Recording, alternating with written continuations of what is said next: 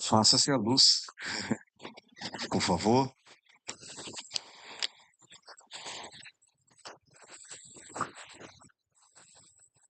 Obrigado.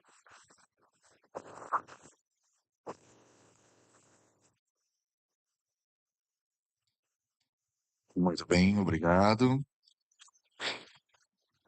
Senhores, abrimos agora o espaço para Flávio Galindo, da BRK, que falará sobre a experiência de Cachoeiro de Itapemirim, aqui no Espírito Santo, na gestão do saneamento básico.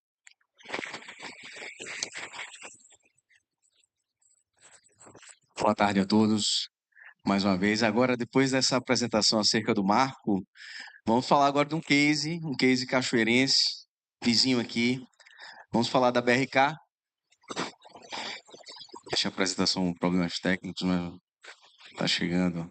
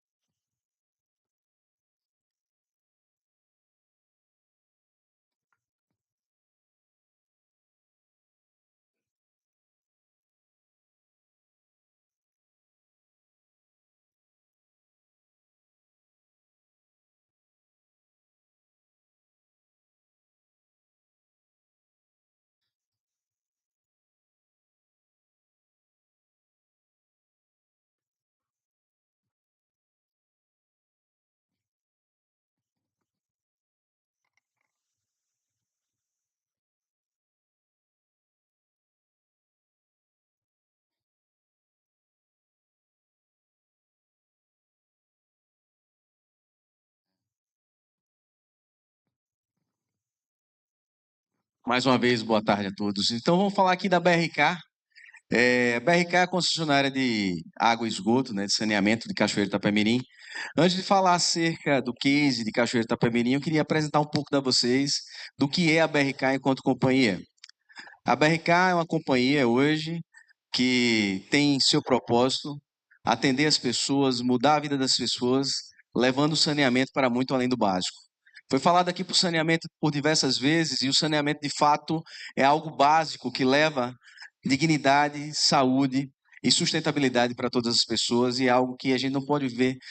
Muitas vezes a gente não vive, a gente pode até viver sem energia, mas sem água é muito difícil. E Cachoeiro, nós temos um case muito específico, porque quando a BRK entrou nesse contrato, até então, a realidade é totalmente diversa. Então,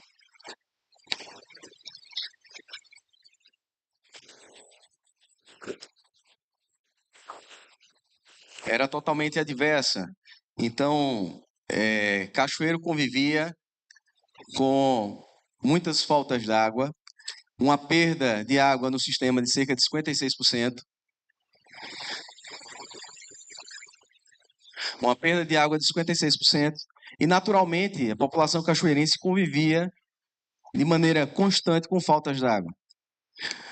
Além disso, nós tínhamos diversas dificuldades no que tange a esgoto.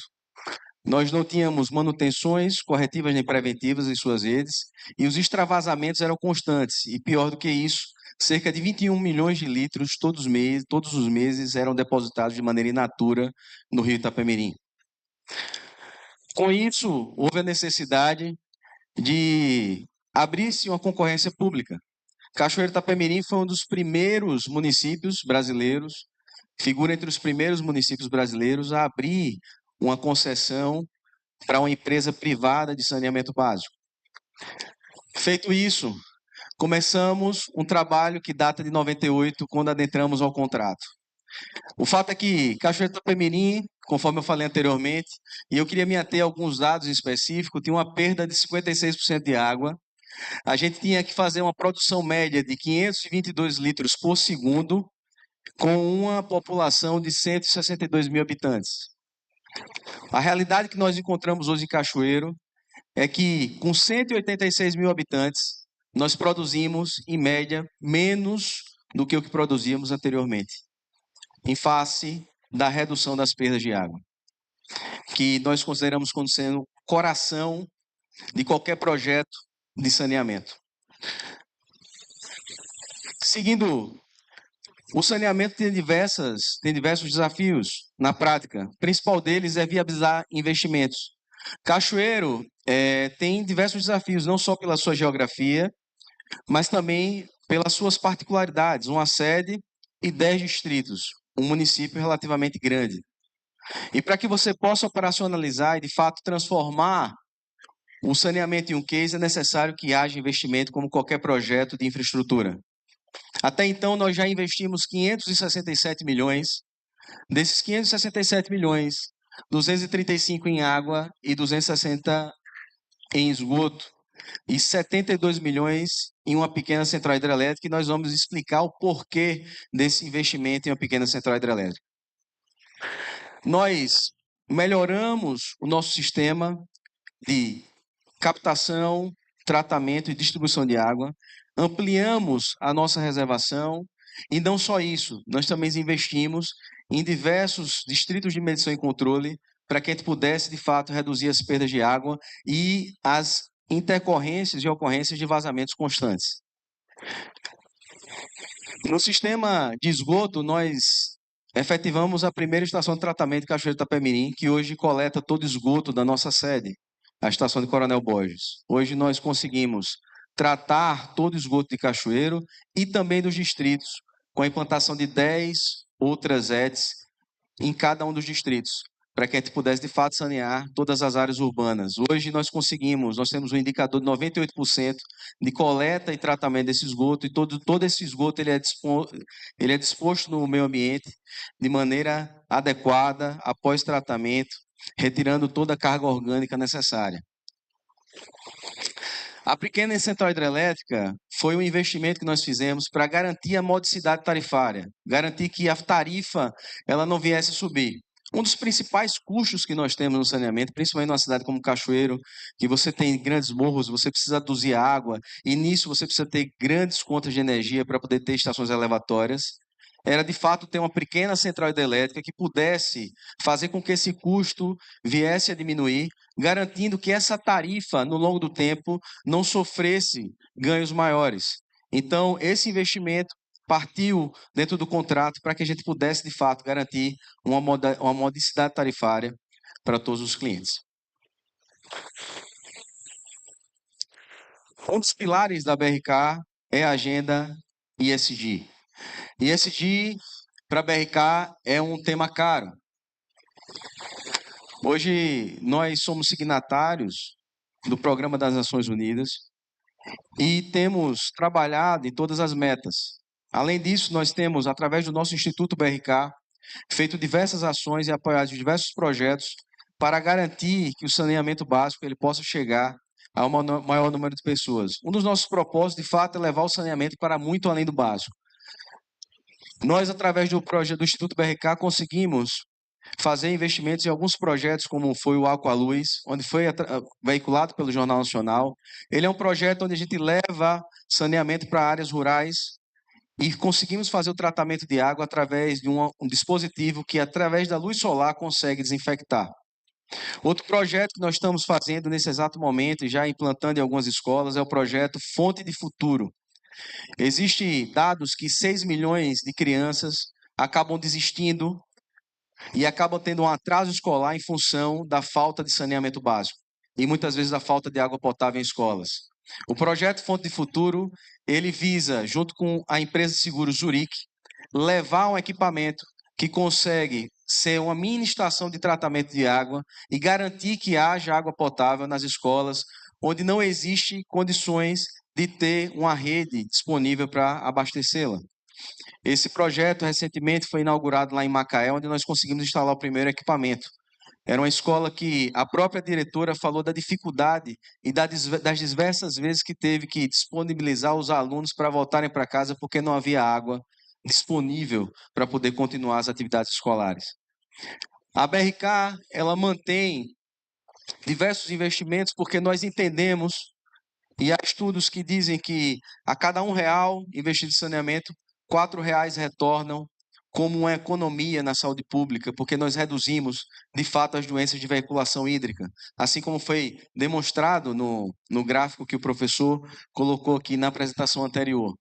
Nós entendemos que saneamento é dignidade. A partir do momento que nós investimos em saneamento, nós levamos um benefício social para toda a população, independente do bairro em que ele seja atendido, seja um bairro que tenha um poder aquisitivo maior ou menor. A universalização de esgoto, ela reduz o atraso escolar. Saneamento, ele é educação. E hoje convivemos com quase mais de 32 milhões de brasileiros sem acesso à água potável. Eu venho do primeiro projeto pós-marco regulatório, que é a região metropolitana de Maceió. E eu pude conviver por muito tempo com essa realidade do semiárido nordestino, de pessoas, de fato, carregando a água com baldes, porque não têm o acesso devido ao saneamento básico. Essa é uma realidade que destoa muito hoje de Cachoeiro de Itapemirim, onde nós temos 100% das nossas áreas urbanas atendidas com água potável. Nós, junto da BRK, entendemos que estar presente com a sociedade faz parte do saneamento básico e faz parte do nosso propósito. Por isso, nós investimos em projetos socioambientais, pois entendemos que educação é a base. Aqui nós estamos falando do que nós vamos deixar para as próximas gerações.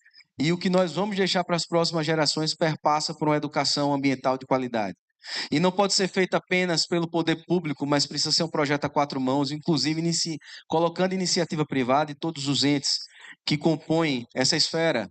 A BRK, ela hoje tem um programa Portas Abertas, onde nós recebemos alunos do ensino fundamental até o ensino superior, onde nós demonstramos de maneira prática como é feito o processo de captação e tratamento de água e o processo também de tratamento de esgoto e disposição desse efluente no ambiente. Então, esses alunos, eles vão lá, passam esse dia conosco, entendendo toda a parte prática do saneamento. Como nós também não podemos ficar só na parte técnica, é necessário também, muitas vezes, agir de maneira lúdica, principalmente nas gerações menores, nas crianças. Nós temos o programa Cuidar Mais. Nós vamos até as escolas para, de maneira lúdica, ensinar os alunos os vilões do esgoto. Ensinar que a criança ela não pode pegar lá o óleo e jogar direto na pia, pois aquilo dali danifica as nossas redes de esgoto e muitas vezes dificulta o tratamento. Então, esse projeto precisa ser realizado de maneira lúdica nas escolas. Nós fazemos isso porque nós entendemos que esse investimento vai fazer mudar uma sociedade. E hoje nós podemos falar com tranquilidade que hoje em Cachoeiro nós temos uma consciência ambiental muito forte. A população se acostumou e criou essa cultura e nos cobra muito a BRK serviços de qualidade, principalmente quando você tem qualquer situação onde foge a regra da qualidade necessária da prestação de serviço. Temos projetos ambientais na área de sustentabilidade, como o projeto Rio Vida Florescer. Nós já recuperamos 75 hectares plantando árvores nativas, pois nós entendemos que o meio ambiente ele é o nosso negócio. Nós captamos água do rio Itapemirim e nós entendemos que cada vez que nós investimos no meio ambiente, nós investimos em um negócio que de fato vai fazer com que muitas outras gerações possam acessar saneamento de qualidade em Cachoeiro de Itapemirim. Temos um compromisso em zerar a nossa pegada de carbono, em zerar o nosso consumo de carbono da BRK. E nós temos investido cada vez mais em matrizes energéticas limpas. Fizemos recentemente uma usina fotovoltaica na nossa estação de tratamento de esgoto em Córrego dos Monos. Essa usina tem gerado e tem disponibilizado. Nós temos projeto de ampliar essas instalações para que, de fato, até o próximo ano a gente possa zerar as nossas pegadas de carbono. Seguimos com outros projetos ambientais internos. Nós temos um tratamento de resíduos internos, temos um projeto onde nós reaproveitamos o pó de café, a borra do café, inclusive, para fazer um gongolário. Temos projetos como a redução de perdas, onde nós temos investido constantemente, feito projetos de consumo consciente com a população, principalmente em momentos onde a gente tem ondas de calor. E temos também um programa de tarifa social, muito diferente daquilo que nós vemos em outras concessões, que é um programa 100% custeado pelo poder público junto com a BRK.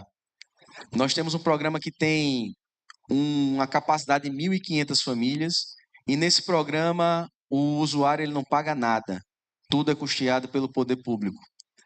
E isso faz com que a gente possa, de fato, entregar saneamento para todos aqueles que precisam. O Biguá e a história da BRK se confundem.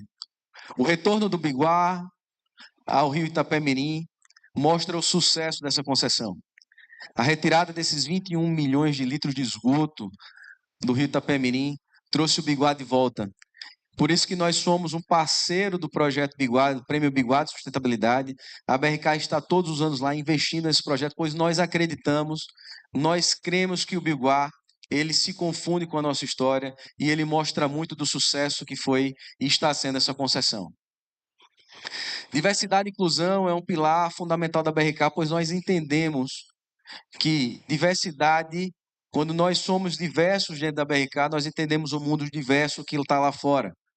E nós precisamos entender que esse é um pilar que vai fazer com que a gente consiga entender melhor nossos clientes, nossos usuários, e entregar sempre serviços e um saneamento de qualidade.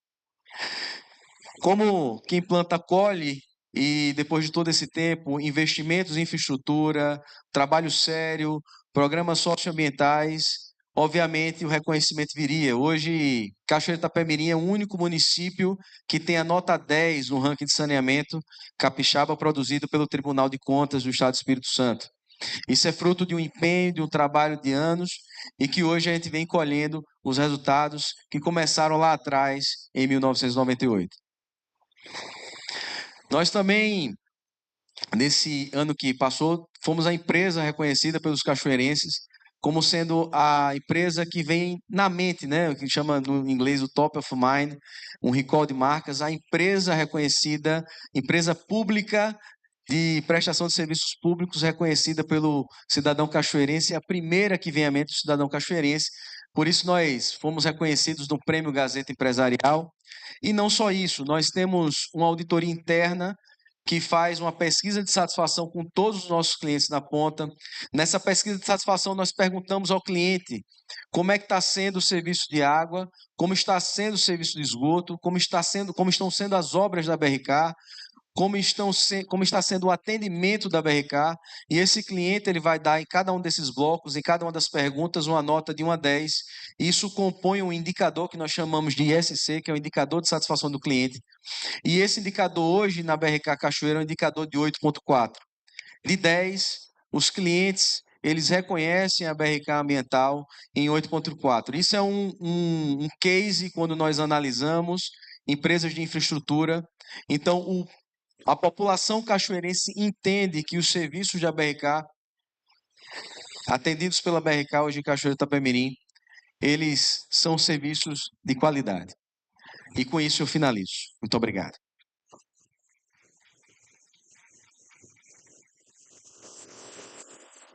Obrigado.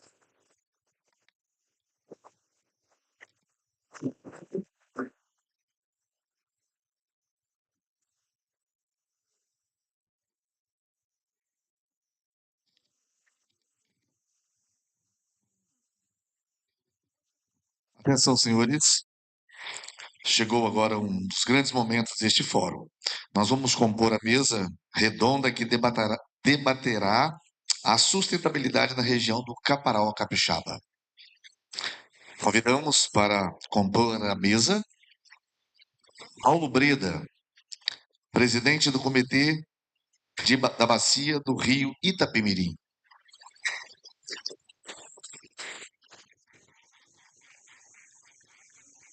Pelo Instituto Pacto pelas Águas Capixabas, o IPAC, o diretor José Arnaldo Alencar.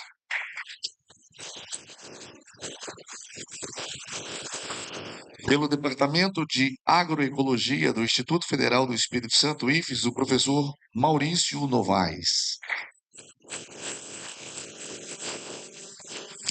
Pela Agência de Desenvolvimento do Caparaó, Francisco Faleiro Lemos. Pela RPPN Águas do Caparaó, senhora Dalva Ringler. E convido para mediar os trabalhos o jornalista Basílio Machado, do portal de notícias 24 horas.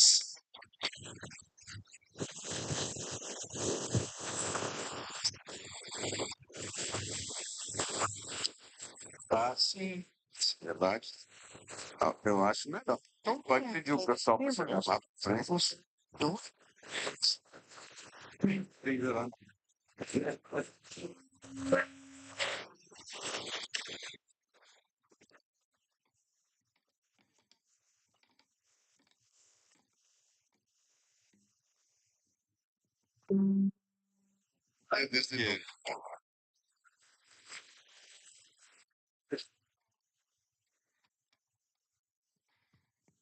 Olá, senhores. Sabendo que o auditório esvaziou um pouquinho, mas eu acho que quem ficou está interessado, né?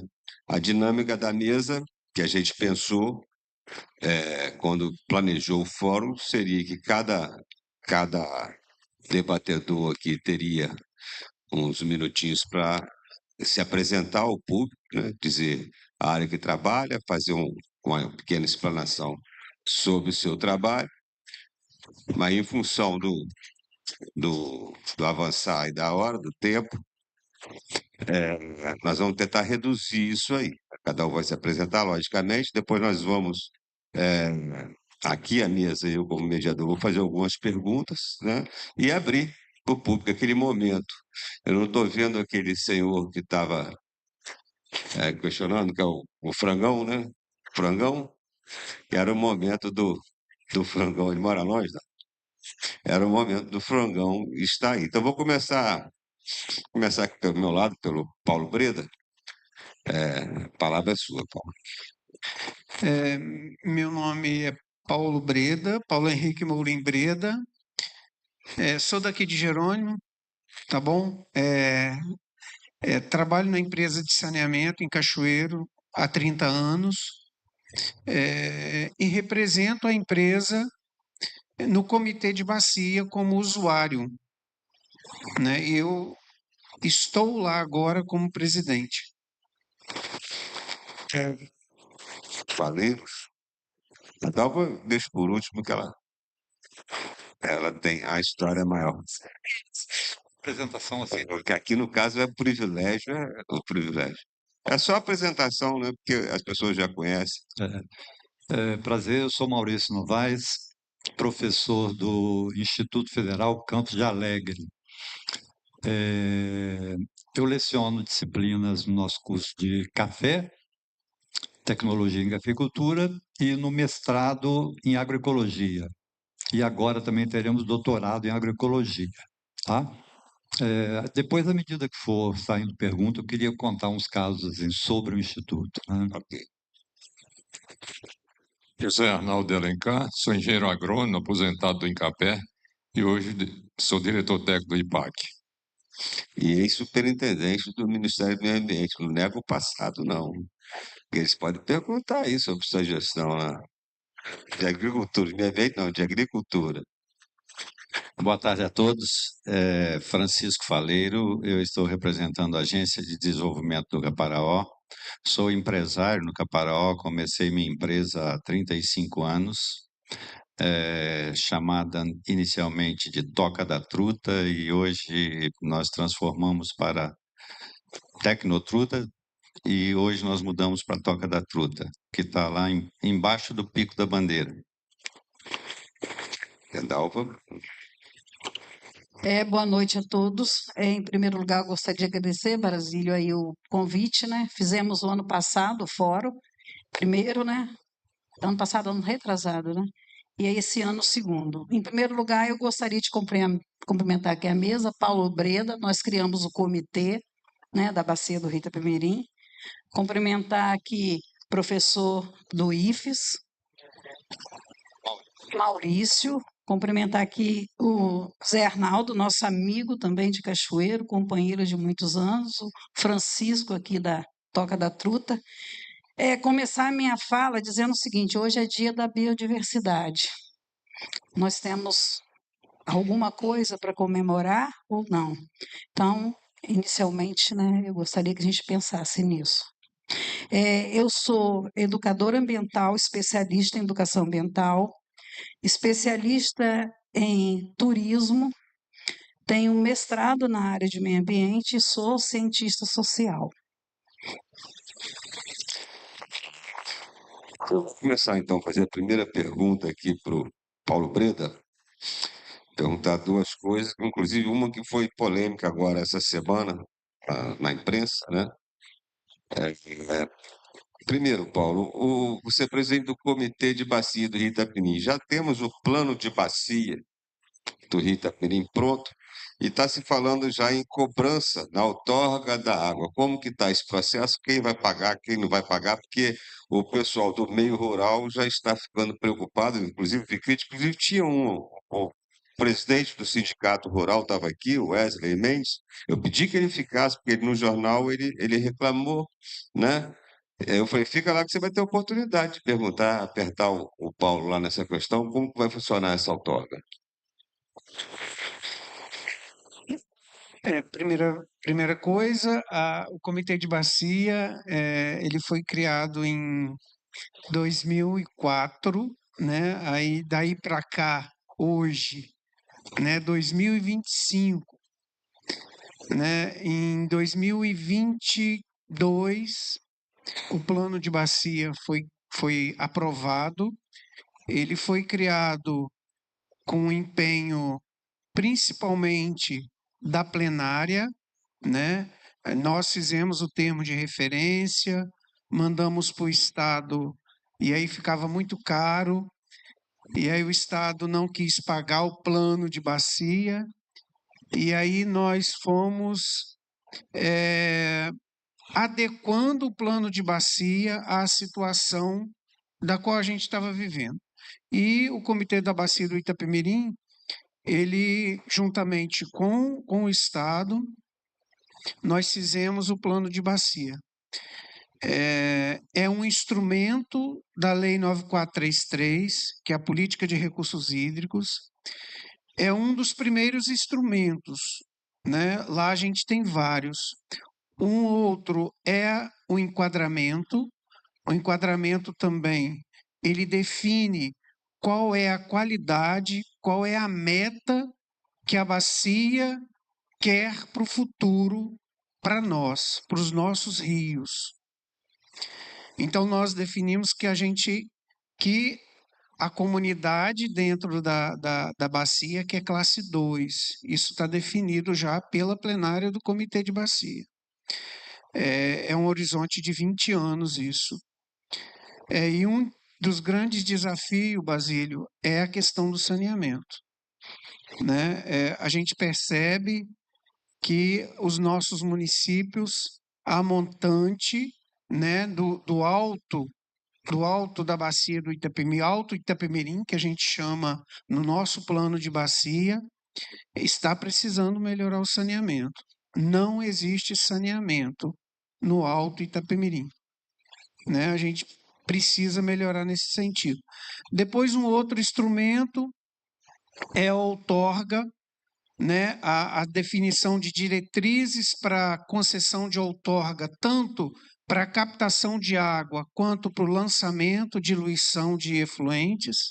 Isso também já está definido pelo Comitê de Bacia. E depois a gente finalizou o enquadramento e a gente agora debateu durante 3 anos a cobrança pelo uso da água. Então, a cobrança pelo uso da água foi estudado por uma câmara técnica dentro do Comitê de Bacia.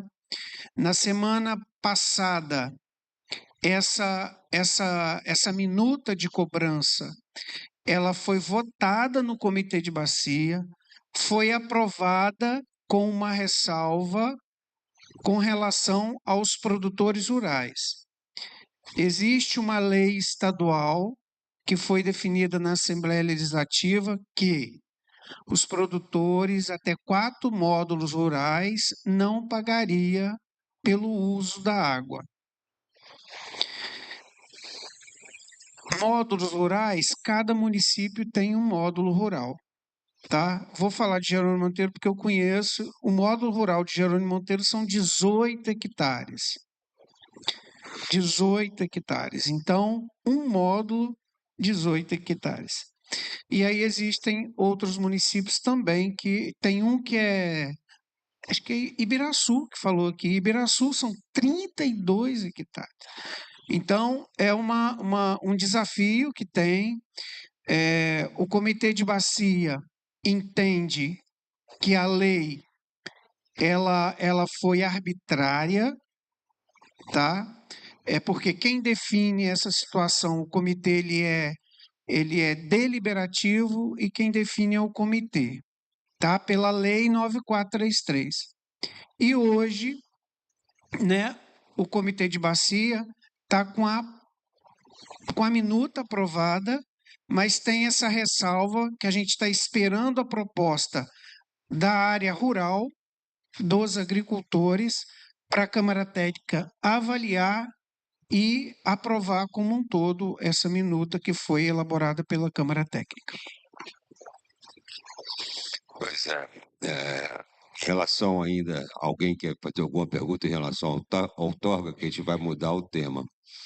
A outorga que a gente diz é o seguinte, para deixar claro, é que vai começar a pagar a água, né? O consumidor, a cobrança da outorga significa alguns falam pagar, outros vai precisar de financiar para que o plano de bacia seja aplicado. Precisa ter uma fonte de recurso para financiar esse plano, não é? Estou errado, Breno? E essa fonte de recurso virá da outorga. Só que vai incomodar, porque isso vai pegar no bolso do agricultor, vai pegar no bolso do usuário de uma forma geral. Então, quem pode explicar aqui? O Paulo, ninguém perguntando. Tem uma pergunta lá? Um exemplo que nós fizemos lá na nossa apresentação da plenária do comitê é uma família que gasta 10 metros cúbicos de água, ela vai pagar entre 10 e 12 reais por ano. Então, se ela gasta 10 metros cúbicos de água, ela vai pagar de 10 a 12 reais por esse uso. Quem pode perguntar, então? Boa noite à mesa, boa noite a todos. Deixa eu só perguntar, essa cobrança da outorga, ela vai ser só para captação superficial ou para quem tem captação subterrânea também? Ok. Captação superficial hoje, ela não está regulamentada, tá? Então, se tem outorga, vai ser cobrado sim. Se tiver dentro das observações que eu falei.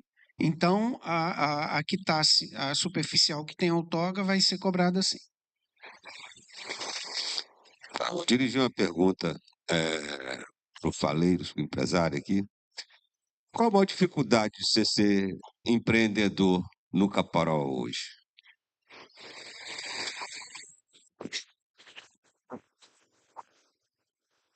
Bem, a dificuldade de ser empreendedor no Caparaó. A pergunta é difícil, né?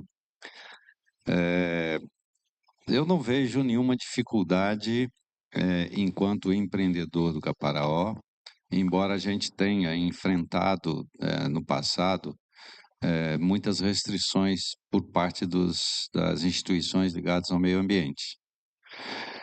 Suplantamos algumas e temos ainda pendências, porque há um atrito e uma não conexão entre essas mesmas instituições. Ou seja, num dado momento que foi transferido para o IEMA a outorga d'água e o licenciamento ambiental da minha atividade, eu simultaneamente não consegui a liberação do Parque Nacional, né, do Parnaca-Paraó, para essa anuência. Consequentemente, é uma dúvida muito grande. Isso foi a maior dificuldade que eu encontrei.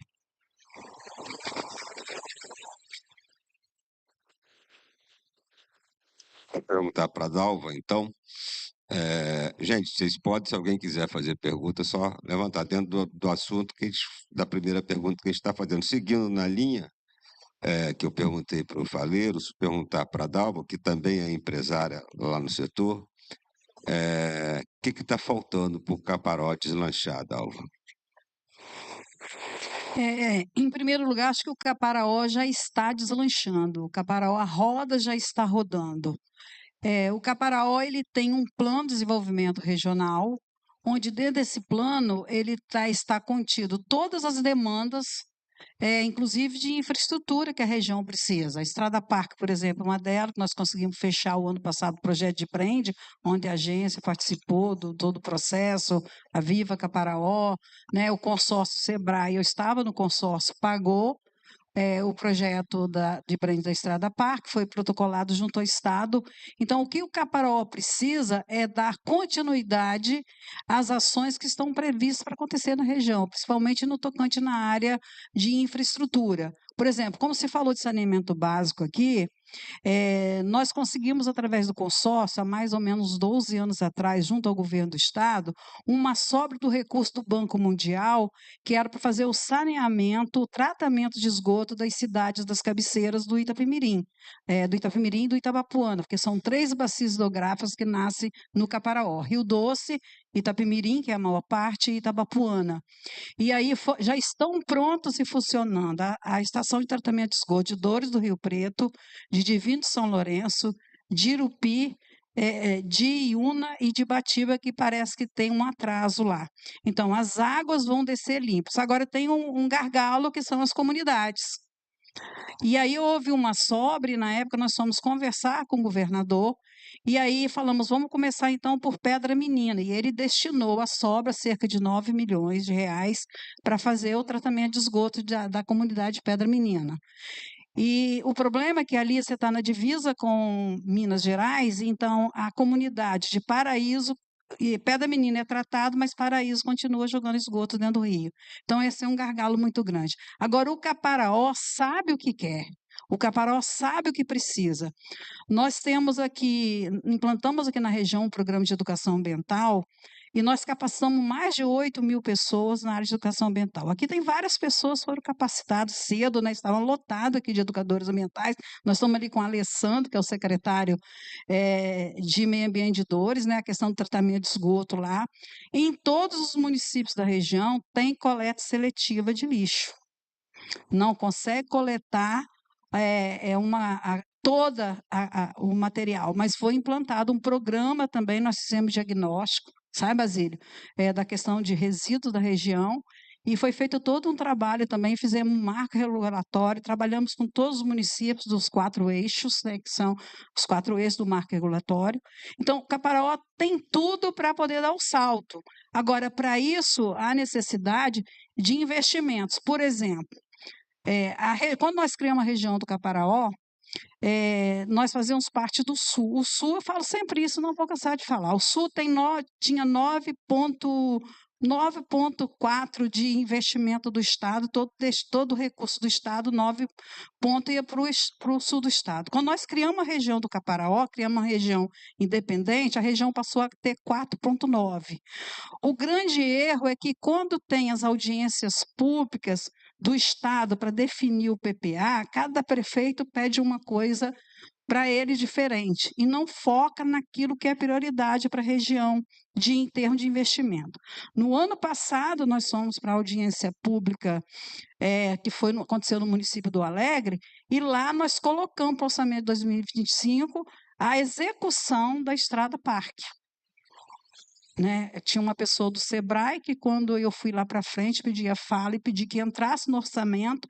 Então, o Caparó sabe o que quer. O Caparó tem vários diagnósticos, né, Paulo?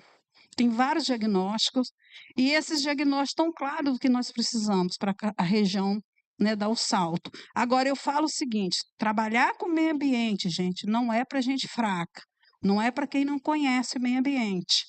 Participar, todos podem participar, mas trabalhar com o meio ambiente, principalmente na área de licenciamento ambiental, os municípios, são 9 municípios da região que fazem o licenciamento ambiental via o consórcio Caparaó, tem que ter uma equipe muito boa, porque você licenciar não é para amador, você tratar dessa questão não é para amador, né? Você tá trabalhando ali com empresas, você está trabalhando ali com produtores rurais. O Alessandro sabe do que eu estou falando, porque ele faz licenciamento ambiental e dores. Tem um gargalo enorme na região de Pedra Menina, de pessoas que desordenadamente vão comprando terreno na zona rural, com módulo fiscal abaixo daquilo que é permitido por lei, e quando vê, já estão cortando. Do lado de Minas está acontecendo muito mais isso ali no Paraíso. Não sei se Zé Carlos foi lá e percebeu esses cortes, né? E aí é o grande gargalo de controlar esse tipo de investimento sem as devidas licenças ambientais, para evitar que aconteça o que aconteceu em Petrópolis, né? Que é descer tudo com uma grande catástrofe aí, com um tempo aí que nós estamos tendo aí da questão climática. Então, Basílio, eu não vejo, eu como empreendedora, eu depois gostaria de passar um pequeno vídeo lá do meu pequeno empreendimento. Eu, como empreendedora, eu falo que quando nós começamos lá atrás, era tudo muito difícil. Não tinha estrada, não tinha telefonia, não tinha comunicação. Hoje não, hoje nós temos tudo isso. Não tínhamos fluxo de turista, hoje nós não damos conta do fluxo de turista, nós temos que dizer, não tem vaga. Olha, não posso atender. Eu estou aqui agora, estava ali fora no telefone, atendendo um grupo de 20 ciclistas do Rio de Janeiro que vão dar a volta no parque. Foram para minha pousada hoje, amanhã vão sair de madrugada e vão dar a volta no parque e voltam no domingo. Então, onde eles vão passando, eles vão deixando o dinheiro. Vai hospedar aqui, vai almoçar ali, vai lanchar lá. Então, isso é que o Zé Carlos falou hoje aqui na fala dele, dessa questão de você ter um roteiro integrado ali. Então, isso já acontece. Agora, nós temos uma infraestrutura suficiente para que o ciclista faça isso com segurança, em alguns trechos não, sabe? Então, acho que é isso. Vou perguntar para o professor Maurício, especialista em agroecologia, como que se dá essa interface da agroecologia? Como você faria esse casamento da agroecologia com o desenvolvimento da região do Caparaó? Beleza, olha, o nosso instituto ele fez 67 anos agora, né? E basicamente tinha o curso técnico-pecuária. Em 2012 foi criado o curso de pós-graduação em agroecologia. Em 2015 o mestrado em agroecologia. E agora saiu o doutorado. Então em julho a gente conhece. Primeiro doutorado da região sudeste vai ser o nosso do campus aqui do IFE. Um orgulho para a gente, isso aí, né? Em universidades federais ou institutos só existem 2 no Brasil, né? O segundo vai ser o nosso aqui. A gente colabora direto e indiretamente. Por exemplo, vamos pensar na área de café. Tem o curso de tecnologia em cafeicultura. Eu dou aula também no curso de tecnologia em cafeicultura. Nesse semestre eu estou dando 2 disciplinas para eles. Eu dou 4 disciplinas no curso de cafeicultura. Estou dando 2 agora. Uma é cafeicultura agroecológica e a outra é certificação na cafeicultura. Esses estudantes, a maior parte deles moram nesses municípios. Então, eu já tenho aluno, por exemplo, que formou há 7, 8 anos, que já está introduzindo sistemas agroflorestais com café. Tá? Antes era monocultivo, é muito difícil, porque a monocultura no Brasil é uma realidade, então tem que ser muito bem trabalhado. Né? Outro público que a gente atende e que dissemina essas ideias muito bem é o pessoal do INCAPé, por exemplo, do IDAF, os órgãos públicos, de modo geral, professores. Então, são vários públicos que a gente tem que leva essas informações. Eu poderia aqui citar N casos, né, que está levando para lugares distantes. Né, e tem trabalhos muito interessantes. Eu vou contar um trabalho para você, por exemplo, né, que como pode contribuir. Ontem eu participei de uma banca de defesa de projeto. O orientador, o professor Jefferson Ferrari, e a banca fui eu e o professor Alexandre Rosa, aqui da UFES. Vai ser feito um trabalho que vai fazer um diagnóstico de todo o Caparaó, relacionando o tipo de cobertura vegetacional com estoque de carbono orgânico do solo. Com isso aí, você vai poder determinar, por exemplo, quais os tipos de cobertura vegetacional que têm melhor capacidade de estocar carbono. Então, é um sistema florestal de café, como que é uma pastagem, como que é uma mata, como que está funcionando ali na Cachoeira da Fumaça. Né?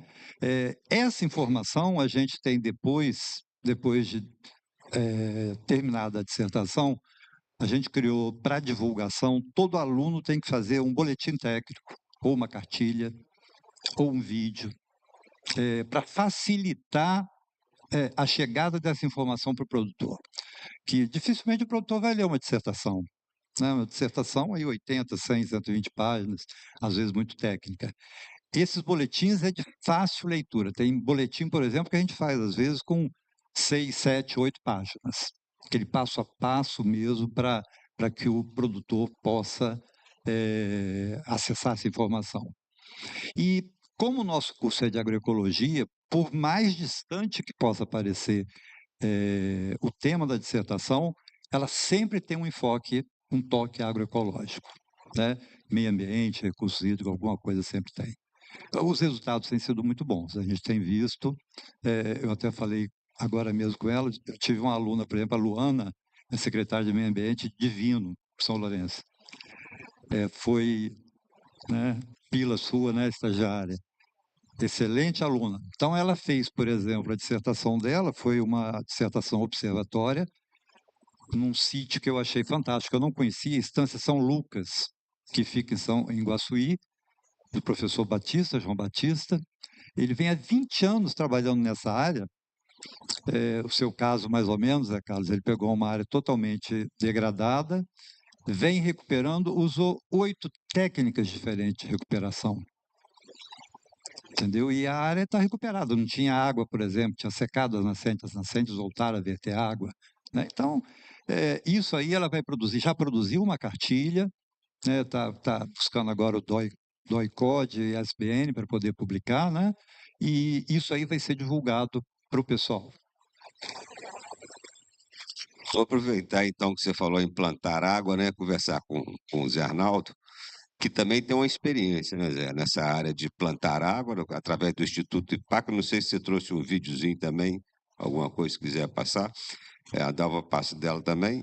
Não sei se mas perguntar, essa experiência de IPAC, queria que você falasse um pouquinho para a audiência. Aliás, lembrar que a gente está falando para o Brasil inteiro, hein, gente? A gente está sendo transmitido, o evento está sendo transmitido pelo YouTube, pela internet, então, para o mundo todo.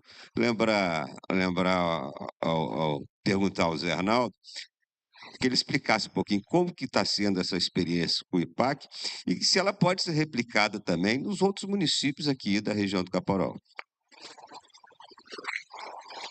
Eu queria agradecer pelo convite, ter a oportunidade de estar aqui hoje falando exatamente dessa experiência. Bom, eu queria um pequeno histórico. Né? Em 2017, o Zé Carlos falaram aqui também, foi a época mais crítica, né, da escassez dos recursos hídricos aqui na nossa região. E isso estava preocupando todo mundo. eu faço parte da entidade, do Lions Clube de Cachoeiro, e numa reunião nossa lá, eles me pediram assim, eu como coordenador de meio ambiente lá do Lions, eles me pediram assim para eu fazer um projeto. Então, vamos plantar umas árvores, né, para poder ver se diminui aí essa questão da escassez. Primeiro que não dava para plantar porque estava seco, né? Não tinha umidade nenhuma. Aí eu falei assim, bom, eu vou fazer um projeto e vamos procurar a BRK. E marcamos uma reunião com o Paulo Breda lá. O pessoal do Lions, todo, eu fui junto. O Paulo fez o seguinte questionamento para mim. Ô Zé Arnaldo, em vez de fazer um projeto de plantio de árvores, assim, faça um programa, olha o desafio que ele jogou para mim. Faça um programa para a região. Eu não tinha o que falar, eu falei assim, poxa, eu não vou regatear. Faço. Com medo, meu maior medo, porque eu não sabia o que eu ia fazer daí de novo. Assumi aquele compromisso e ele me pediu 15 dias para entregar uma proposta. Bom, chegando em casa, a minha mulher falou assim, a Maria Helena Vargas, que era diretora da Rede Gazeta, que tinha um programa, tem um projeto muito bom que é o Biguá, que tem mostrado aí todas as coisas boas da bacia do Itapemirim e também a grande parte de ruindades, vamos dizer assim, que tem ainda. Maria Helena ligou para mim e queria conversar comigo, porque teve uma conversa com o Paulo, e o Paulo falou, procura o Zé Arnaldo está querendo fazer um projeto. Maria Helena foi na minha casa e nós começamos a conversar. Ela disse, você topa a gente fazer junto? Eu disse, topo. Mas quem é que a gente vai procurar? Eu lembrei do Zé Carlos de novo. Falei, tem o Zé Carlos Carvalho, que é o nosso, vamos dizer assim, é o cara que eu conheço, assim, que fez... Conheci com o Paulo Calvão uma vez que eu fui lá, quando ele era ministro, lá em Brasília. Era o socorro nosso, exatamente. Aí marcamos uma reunião com o Zé Carlos em Cachoeiro e convidamos mais outras pessoas para participarem, lá na casa, na casa dele. Nessa conversa lá, o Zé Carlos, inclusive até o Pio estava lá também, né? Você lembra, Zé, que nós terminamos dando um presente para... Não, você recebeu o presente, acho que foi isso, não me lembro bem, uma coisa assim. Eu sei que dessa reunião o Zé Carlos falou assim, vamos fazer uma carta, vamos criar um pacto pelas águas, um pacto pelas águas. Você faz essa carta, Zé Carlos? Faço. Aí ele fez essa carta de intenções, sei lá, uma coisa assim, mais ou menos, não me lembro bem o detalhe. E a partir dali, nós começamos a fazer, e aí veio a conversa, vamos criar o instituto. E criamos o instituto. Legalizamos o instituto, fizemos tudo direitinho. Como é que vai funcionar o instituto? Não tem dinheiro. Quem é que vai ser o diretor? Maria Helena, vamos fazer uma eleição. Maria Helena ficou presidente, o Zé Arnaldo era o único técnico que estava lá como diretor, e um administrativo que nós arrumamos lá para começar. E daí começou o IPAC. Todo mundo voluntário, não tem ninguém recebendo nada. E nós começamos isso em 2018. Começamos devagarinho. Aí o problema maior era o seguinte: nós temos que ter algo para levar para. Nós precisamos de mudas. Onde é que tem mudas? Só tinha viveiro aqui na UFS. Primeira reunião, nós viemos aqui, fizemos uma reunião. Cadê o professor que estava aí agora? O Newton. O Newton foi o primeiro, vamos dizer assim, com quem nós conversamos primeiramente. Sentamos com ele e fizemos uma proposta. A proposta era o seguinte: o IPAC, sendo parceiro com a universidade tem a estrutura ali muito boa, estava sem funcionar na época, e que o IPAC ia atrás de parcerias para poder fazer o viveiro funcionar, voltar a funcionar. E foi isso que aconteceu. Nós fomos no Cicobi, na Celita, que eram os dois presidentes, que na época era o Rubens, que até hoje é, e ele topou pagar, nós apresentássemos um orçamento de quanto que precisava para fazer isso aqui. Nós apresentamos e o Cicobi passou a fazer esses pagamentos. E nós fizemos uma carta de intenções, de cooperação técnica com a universidade. Tudo legalizado direitinho, porque não tinha dinheiro passando por ninguém, né? O recurso vem direto do Cicobi e passa e faz os pagamentos aqui com o viveirista que está aqui presente. Otávio, por favor, levanta aí, que eu acho que tudo que tem aqui deve estar acontecendo. Esse cara é quem é o responsável maior. Eu sempre falo dele que não sou eu, não, é ele que é o responsável, tá certo? Esse cara merece uma homenagem maior.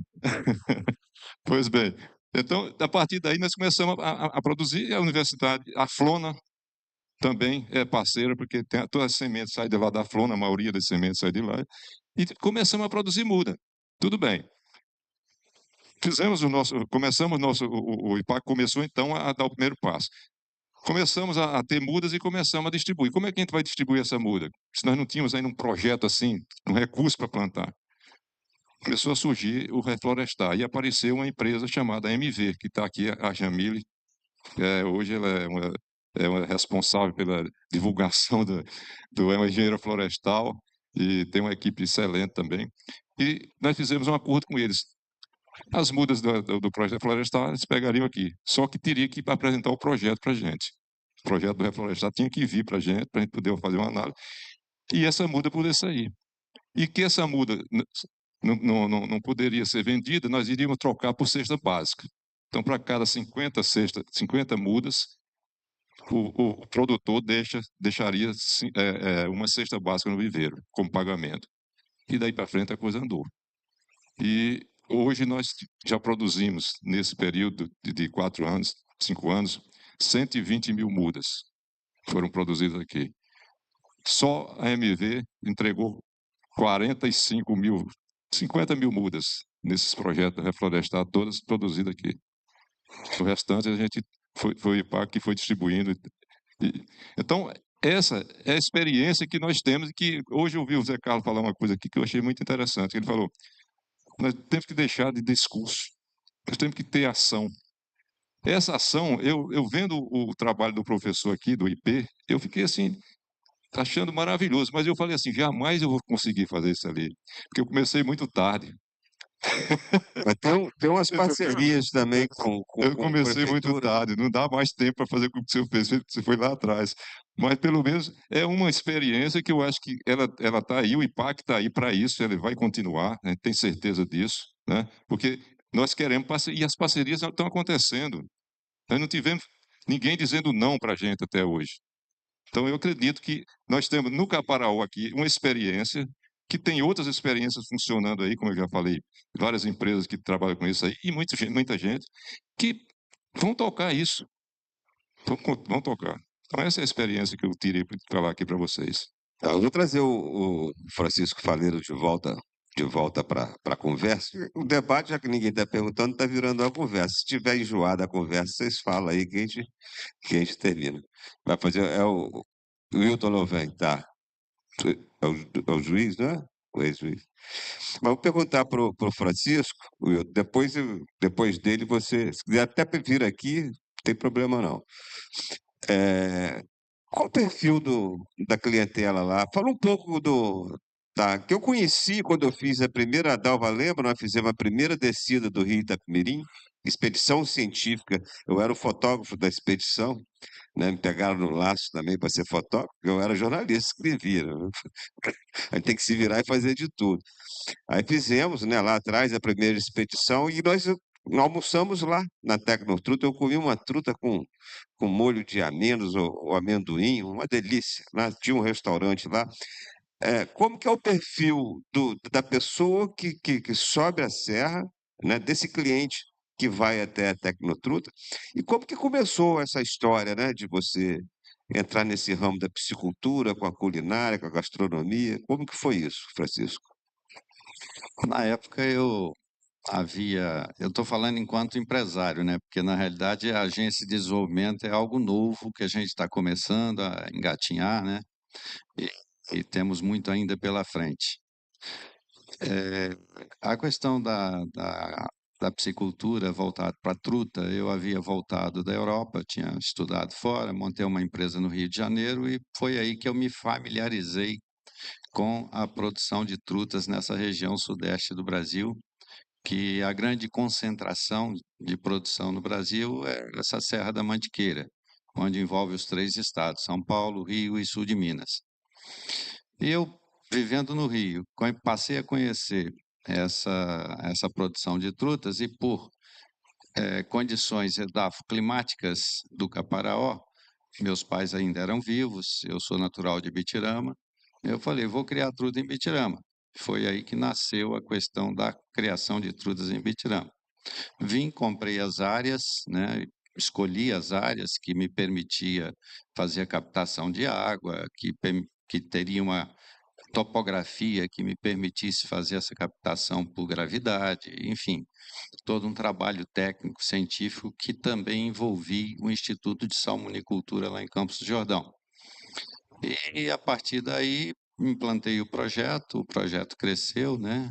Na época o Brasil produzia 850 toneladas de truta ano, eu dimensionei o meu projeto para 250 toneladas, ou seja, quase um terço da produção nacional. Depois do projeto implantado, eu era o único no Brasil com o CIF, Certificado de Inspeção Federal. Nosso amigo aqui participou parcialmente disso, no Ministério da Agricultura. E porque os produtores de trutas da região da Serra da Mantiqueira eram todos produtores pequenos. E eu montei um grande projeto aqui no Espírito Santo, e o único produtor de trutas no Espírito Santo. E aí, por eu estar sempre viajando para fora do Brasil, porque a minha empresa era uma empresa de exportação, né? Eu estava sempre na Europa, Estados Unidos e tal, então trazia muita coisa de lá para cá. E já visualizava naquela época o potencial turístico da região. E foi em 98 que eu construí e inaugurei o restaurante, né? Que hoje, onde vocês estiveram, e continua ainda operando até hoje. Plantei café, né? A minha produção de café, inclusive, gostaria de convidar para ir conhecer, é agroflorestal.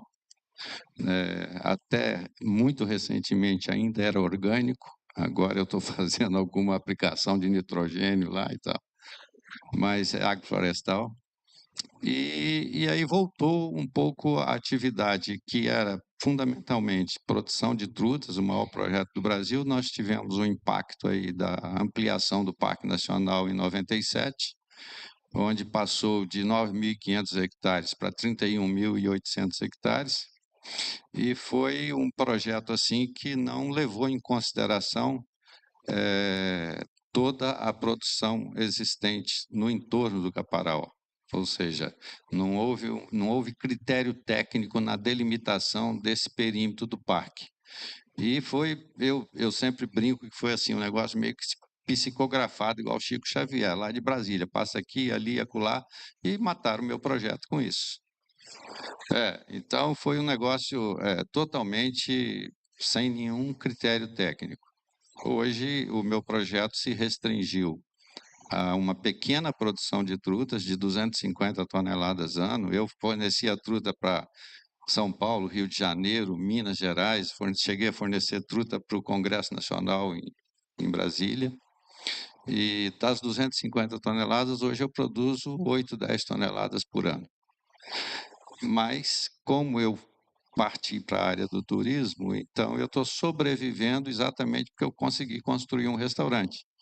E na semana passada nós expandimos isso para a área de hotelaria também, já começando a ser concorrente da Dalva, hospedando também os turistas. Mas, para concluir a pergunta, o perfil desse cliente que visita a Toca da Truta é um perfil de um cliente de classe média, né, da região sudeste. Nós temos clientes aí com um grande fluxo de clientes do norte fluminense, a região de Muriaé, de Itapiruna, de Bom Jesus.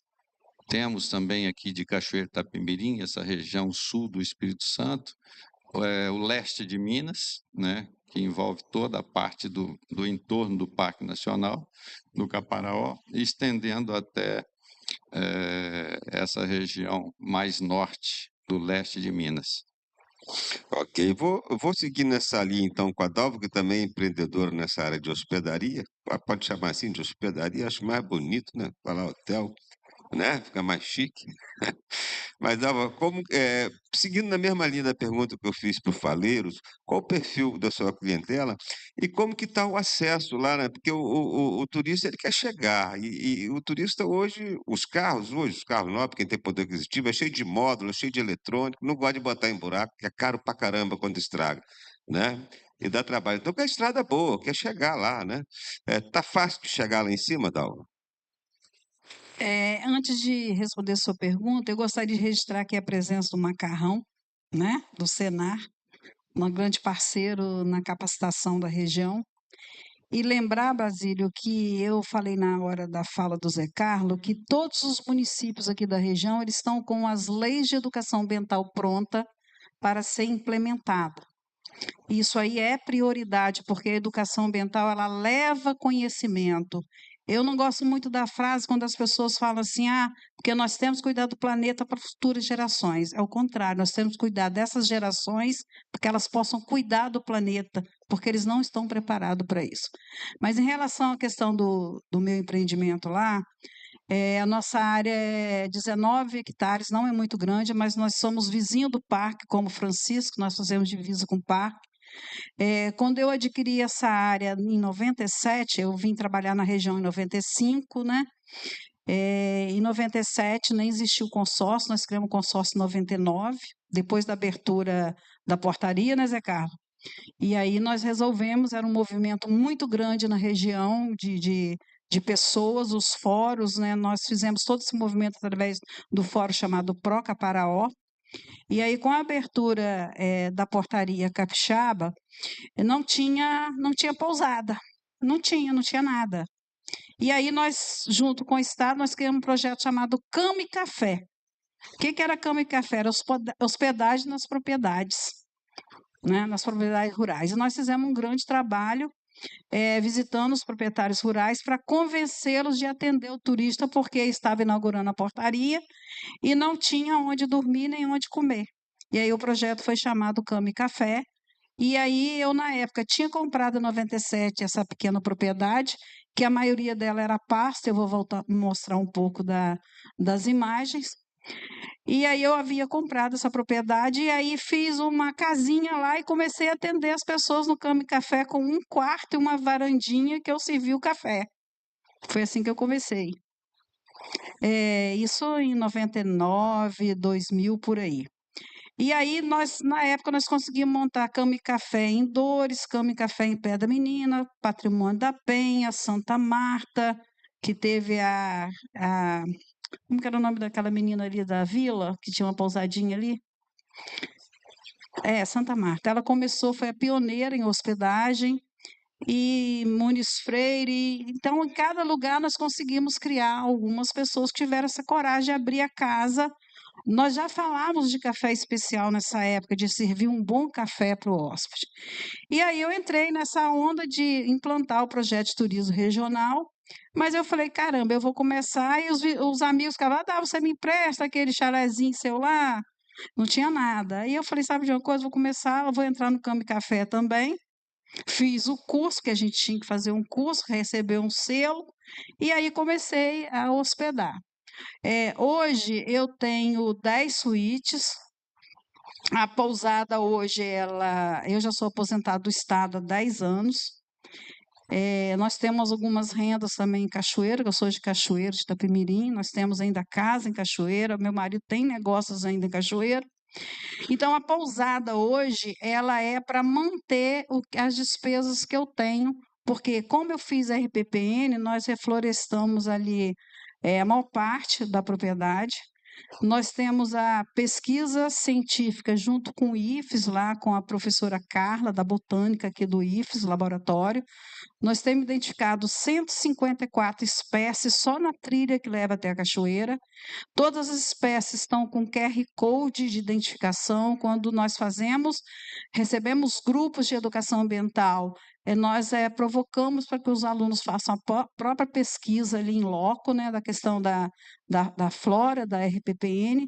Nós temos uma outra parceria com a UFES, com a Epetro de Vitória, que é répteis e anfíbios catalogados. Nós somos reconhecidos como Centro de Educação Ambiental, conseguimos construir um auditório quase do tamanho desse aqui, onde nós recebemos escola, pesquisadores, grupos de yoga, de meditação, saúde mental, espiritual e corporal, nós já trabalhamos também.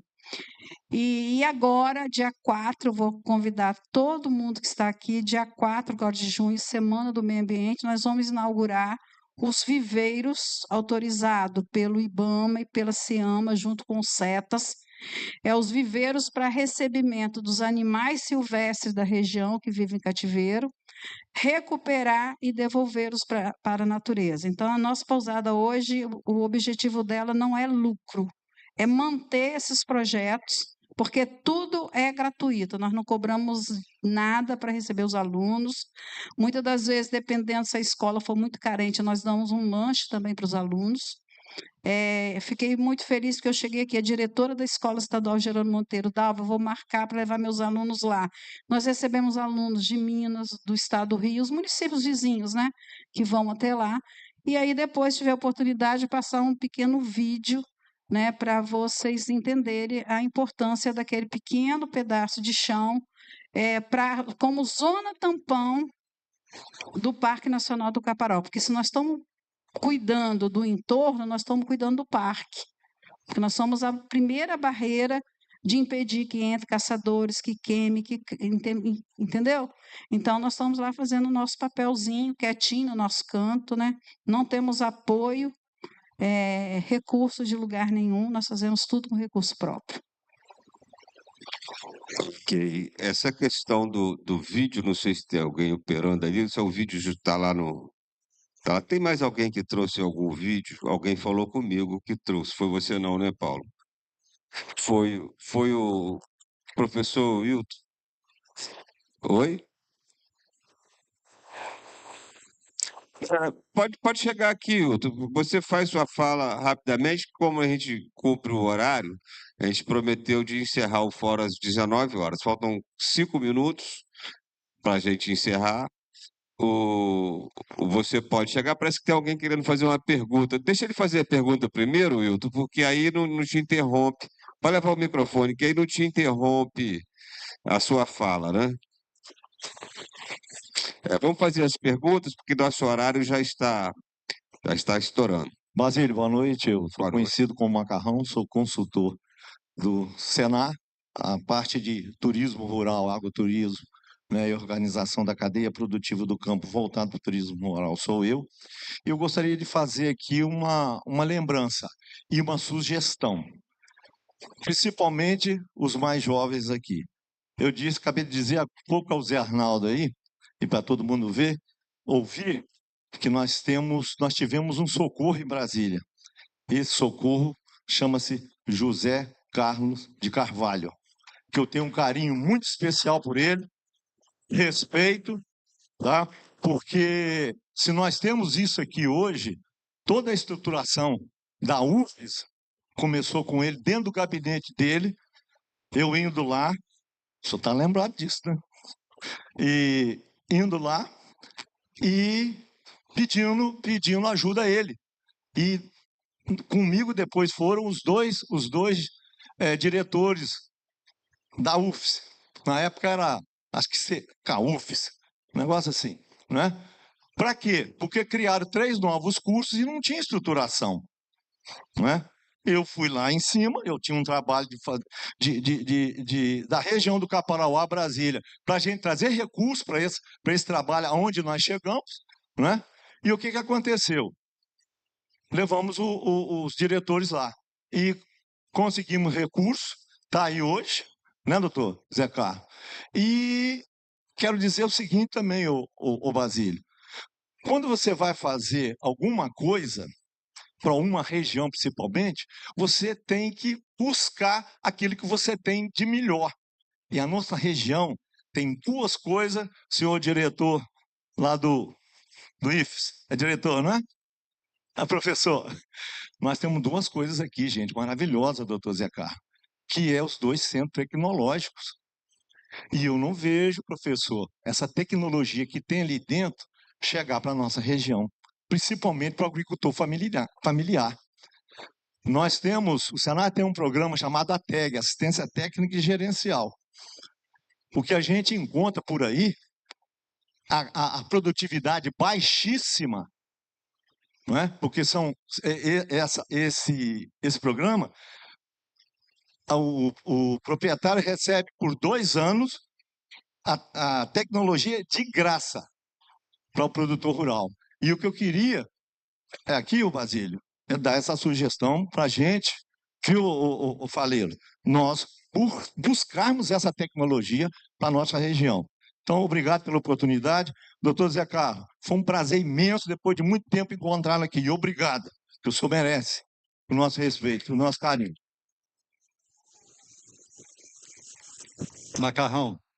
Macarrão, só um breve comentário sobre programas que a gente tem. Nós temos 3 programas lá. Um é de extensão, chama Caparaó Júnior. Caparaó Júnior, hoje, ela atende mais de 2.300 produtores.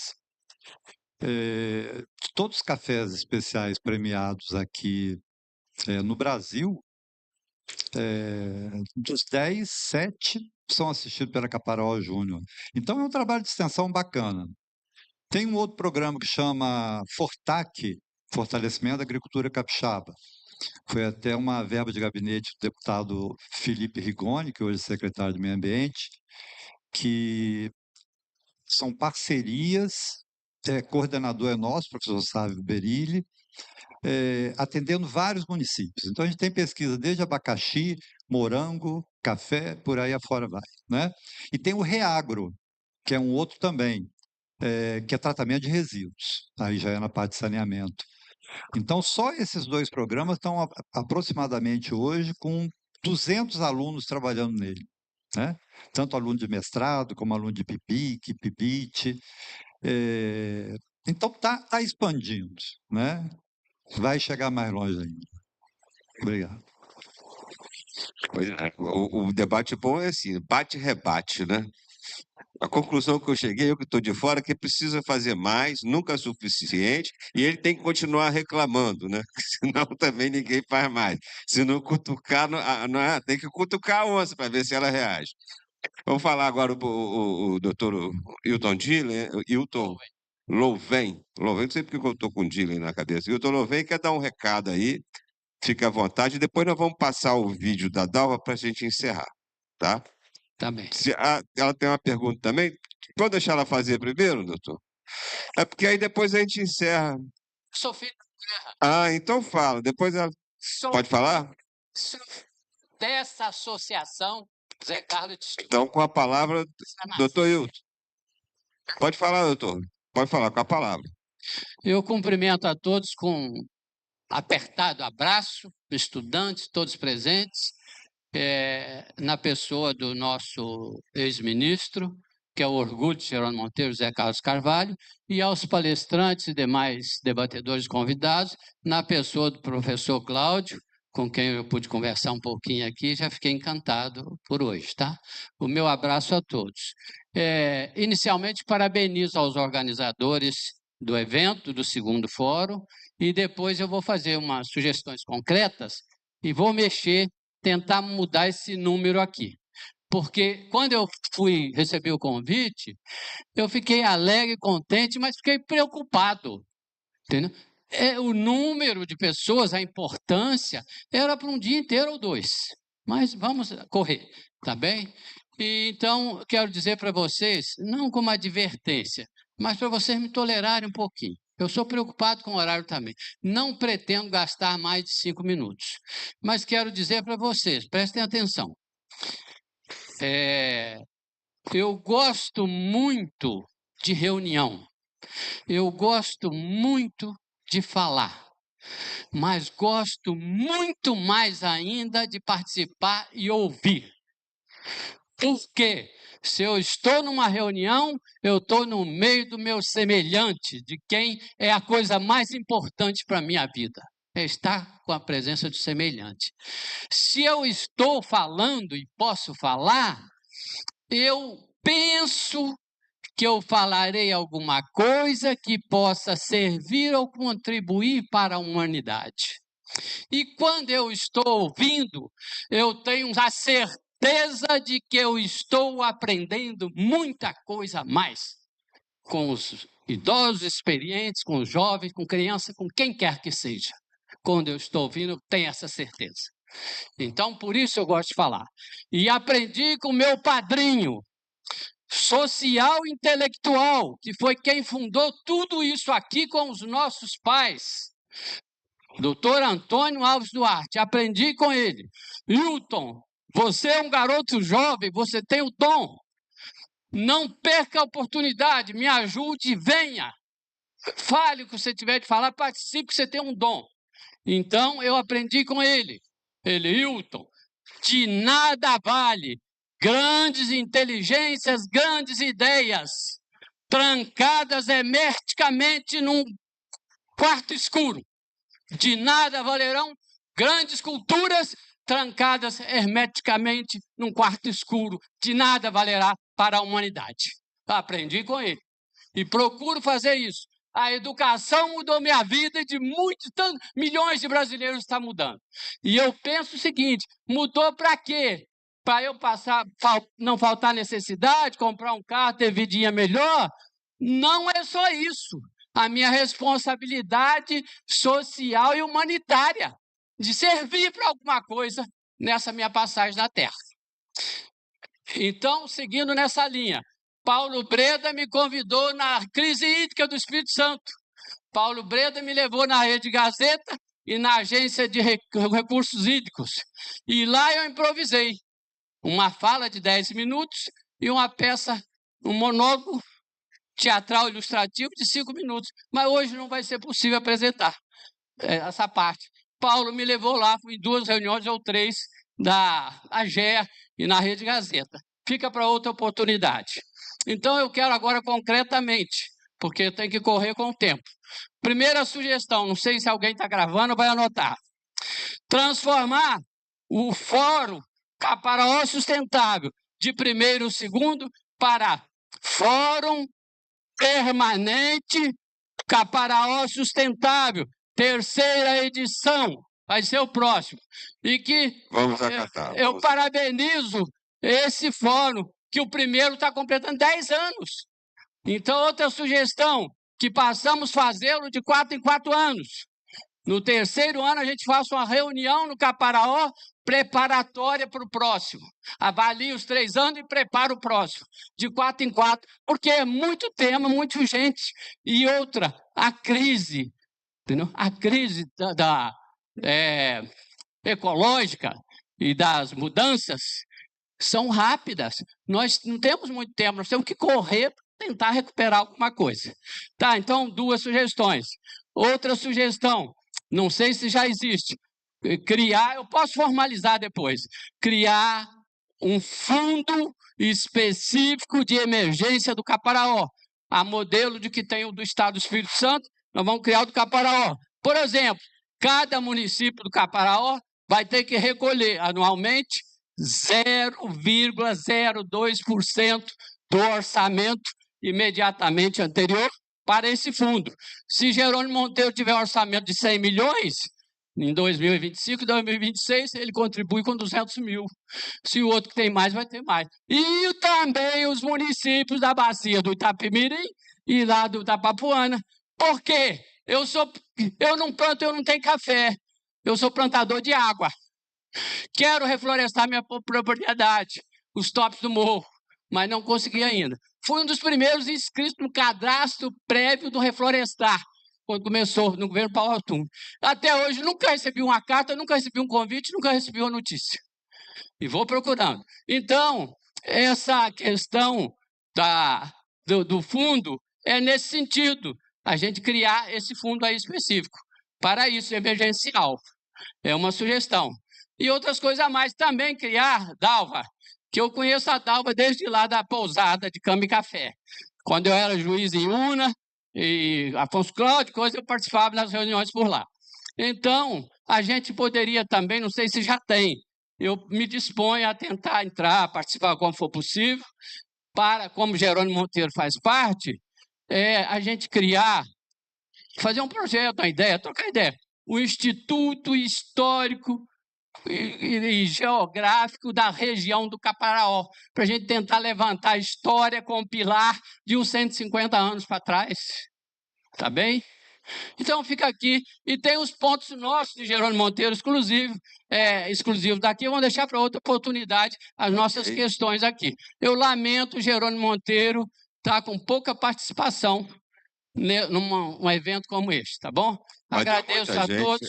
Deu muita gente mais cedo. Então, como é o nome Agradeço a todos, muito obrigado.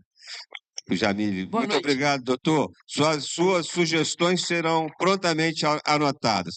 E lembrando que já tivemos, inclusive, proposta de prefeito que teve aqui para ele não fazer de 4 em 4, não, para já fazer o outro ano que vem, mas ele quer tirar de Jerônimo Monteiro, quer levar mais um pouquinho mais para cima. A gente vai estudar aí essa proposta. Primeiro tem que cumprimentar, além de cumprimentar, falar. Não que eu sou Estado, né? Mas a gente é uma consultoria. Eu quero te convidar a participar, então, do programa Florestar agora de forma certa, tá bom? Aí você vai receber mais que uma carta, você vai receber uma visita e um projeto, tá? Então fica o primeiro compromisso é esse. Mas eu gostaria de agradecer primeiro ao evento. Eu tenho que falar uma palavra de gratidão e de juventude, de esperança. Então, que pena que até agora há pouco a gente estava com os estudantes ali e eu não vi eles indo embora agora, mas do horário, né, do ônibus. E é igual também, eu já fui estudante aqui da casa, por isso também peguei esse microfone, porque eu tô voltando em casa e toda vez que a gente vem em casa a gente tem que agradecer, porque é daqui que eu saí, mas é para aqui que eu tô indo.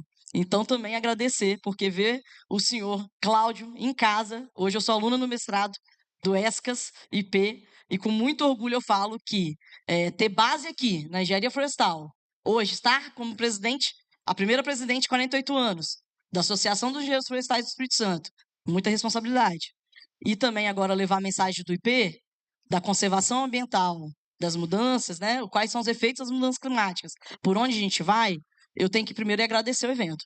E que pena, que aí eu já contribuo com a fala de outros colegas aqui, que a gente não teve um número massivo até agora, até daqui a pouco, até a gente ir para um bar continuar essa reunião, que eu sei que a gente vai.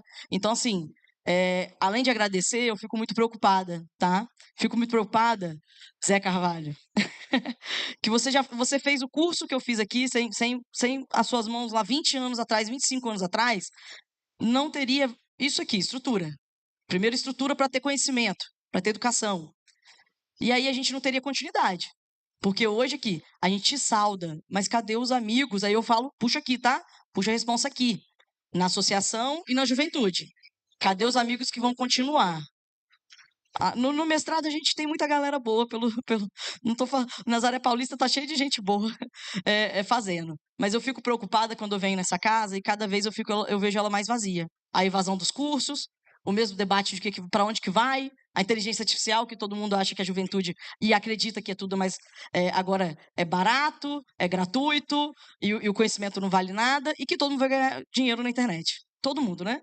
Então isso preocupa, eu sei que preocupa. Mas eu tenho que falar, aí aqui eu venho como vários movimentos, tá? É Pacto pela Restauração da Mata Atlântica, e aí eu falo isso aqui para compartilhar, porque a Dalva me puxou a orelha, mas a gente visitou 3 estados ano passado, que são as unidades regionais do Pacto pela Restauração, que é essa rede da Mata Atlântica Nacional, e no qual eu represento aqui, né, a MV, e representamos o estado do Espírito Santo, a única unidade regional do Pacto aqui no Espírito Santo.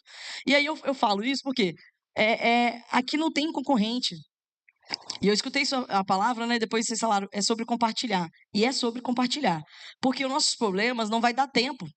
Eu estudo bastante lá, e que a crise climática a gente aumentou em 1,5 grau já, e era esperado até 2030. E aí a gente fica falando que até 2030 talvez a gente chegue a 3 graus. E aí quando fala 3 graus para a nossa região do Caparaó, o café não é só o arábica, não. O conilon também vai sumir. E eu estou falando isso, professor, com todo respeito, porque a gente atende também mais de 1.200 famílias, e hoje a gente tem mais de 1.000 hectares em sistema agroflorestal. É o café. O grande, né? O grande motivo que a gente conseguiu levar o programa Reflorestar para o chão de verdade foi a MV trocar a comunicação e levar o café consociado para a região. E aí a gente leva a adequação ambiental. Aí a gente leva o olhar para uma RPPN, um olhar para uma floresta em pé, o olhar para a regeneração natural, para uma recuperação, reflorestamento, né? Então, eu falo de compartilhar porque a gente estava 2 semanas atrás numa delegação capixaba, eu delegada eleita, tá? No setor privado, então pela MV, porque aqui a associação aqui é privada, aqui, a gente é tudo. Eu estou no comitê com o meu amigo Breda, então obrigada por isso também, porque eu estou nessa câmara técnica de cobrança de recursos hídricos, e é uma loucura, eu também não saberia se eu não estivesse lá. Então, que pena, porque eu não tenho mais pessoas aqui para fazer o convite, porque eu, como jovem, eu vim aqui na frente convidar, mas vocês aqui são convertidos. Entendeu? Só que eu tenho o compromisso de falar que a delegação capixaba, os 18 que estavam lá, entendeu? Eleitos, né, depois de 13 anos sem esse mecanismo, que é a Conferência Livre, que é a Conferência Nacional do Meio Ambiente. Há 13 anos não existia, então não tava indo na demanda. E aí, 10 propostas entregas à Marina Silva, das 100 mais votadas e priorizadas. Entre elas, falo com felicidade, porque foi falado aqui. A primeira proposta é garantir 5% do orçamento da União, estados e municípios, para as ações climáticas: gestão, fiscalização, restauração e educação ambiental. A segunda é sobre educação ambiental, não vou ficar lendo todas. Até porque o nosso tempo, Jamile, Tá já escasso. esgotou, a gente tem compromisso com o pessoal que está Exato. transmitindo. E o que eu quero deixar aqui, que eu estou propondo aqui, tá? O Caparaó, a gente tem alguns delegados. A gente foi a maior delegação do Espírito Santo, tá? O Caparaó. Levaram mais de 4 pessoas, eu entre elas.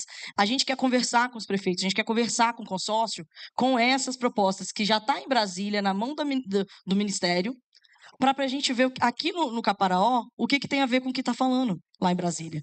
Quais são as propostas do Caparaó que já estão nessa lista? E aí eu deixo aqui que, infelizmente, porque eu estou muito feliz que é o dia da biodiversidade, a gente fazendo um evento lindo desse e tendo o Carlos Pádua falando com a gente. Semana que vem, na outra semana é a Semana do Meio Ambiente, mas a semana que vem, no dia 27, é o dia da Mata Atlântica.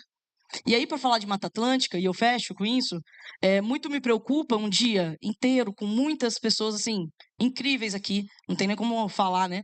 Tecnicamente falando, então, ainda de muito peso, muito renome, e a gente não ter falado sobre a PL do licenciamento, a flexibilidade dessa PL do licenciamento, que foi votada ontem, 2159. Então, assim, que infelizmente ela sai desmanchando legislações tão importantes quanto a do licenciamento ambiental, igual a da Mata Atlântica, tá? Nós precisamos Então, muito realmente, obrigada, tá? Eu queria perguntar, mas agora não dá tempo, então eu deixo a minha saudação e falar que a gente segue junto. Na próxima, nós vamos certamente te convidar para participar da mesa. Obrigada. Nós faremos outro e você será convidado a participar. Já vi que tem muito a acrescentar, mas infelizmente nós temos compromisso com o horário. A gente vai encerrando esse segundo fórum Caparaó Capixaba, agradecendo imensamente a você que nos acompanhou aí pela internet, pelas redes sociais. Nós vamos terminar com o vídeo da Dalva, né? Não sei se está na agulha aí, eu vou me despedindo, a gente encerra com ele, tá, Dalva? Então, agradecendo a vocês que participaram, que encheram esse auditório aqui durante toda a manhã, toda a tarde, né? E vocês que nos acompanharam aí pelas redes sociais. Até a próxima, se Deus quiser.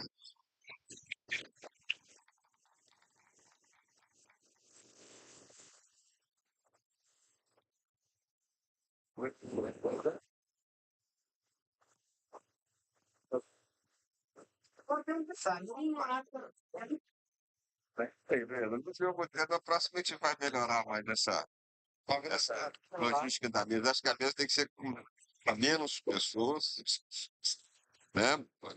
Você desculpa aí, porque essa da mesa foi uma experiência nova para a gente, mas acho que a gente tem que fazer uma mesa com menos pessoas, 3, mais medida. A gente ficou na dúvida com essa questão do tempo pra caramba, porque a gente, entendeu? A gente pensa, faz de manhã, de tarde, faz de manhã. Pois.